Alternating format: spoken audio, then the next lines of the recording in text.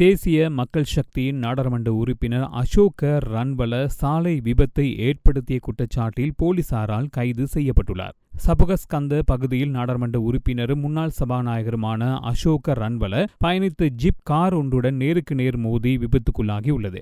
சபுகஸ்கந்த டெனிமல்லா பகுதியில் நேற்றைய தினம் இரவு 7:45 மணியளவில் இந்த விபத்து நிகழ்ந்துள்ளதாக போலீசார் தெரிவித்தனர். விபத்து நடந்த நேரத்தில் காரில் ஒரு பெண்ணும் ஒரு சிறிய குழந்தையும் இருந்துள்ள நிலையில் இருவரும் காயமடைந்துள்ளனர். இதனைத் தொடர்ந்து அந்த பெண் கிரிபத்கொட மருத்துவமனையிலும் சிறு குழந்தை லேடி ரிஸ்வே குழந்தைகள் மருத்துவமனையிலும் சிகிச்சைக்காக அனுமதிக்கப்பட்டுள்ளனர். மேலும் விபத்திலே காயமடைந்த நாடாளுமன்ற உறுப்பினர் அசோக ரன்வலவும் சிகிச்சைக்காக கிரிபத்கொட மருத்துவமனையிலே அனுமதிக்கப்பட்டுள்ளனர். விபத்துடன் தொடர்புடைய ஜிப் கார் மற்றும் மோட்டார் சைக்கிள்கள் ஆகியவை போலீசாரால் பறிமுதல் செய்யப்பட்டுள்ளன. விபத்து தொடர்பிலான மேலதிக விசாரணைகளையும் சபுகஸ்கந்த போலீசார் மேற்கொண்டு வருகின்றனர். சமூக ஊடகங்களிலே சிலர் விபத்து நடந்த நேரத்திலே அவர் மதுபோதையில் இருந்ததாக பல்வேறு குற்றச்சாட்டுகளையும் வெளியிட்டுள்ளனர். ஆனால் விசாரணைகளில் அவர் குடிபோதையில் இல்லை என்பது தெரியவந்துள்ளது. சாலை விபத்துக்கு பிறகு அவர் கொழும்பு தேசிய மருத்துவமனையிலே அனுமதிக்கப்பட்டு அங்கு சிகிச்சை பெற்று வந்த நிலையில் கைது செய்யப்பட்டுள்ளார்.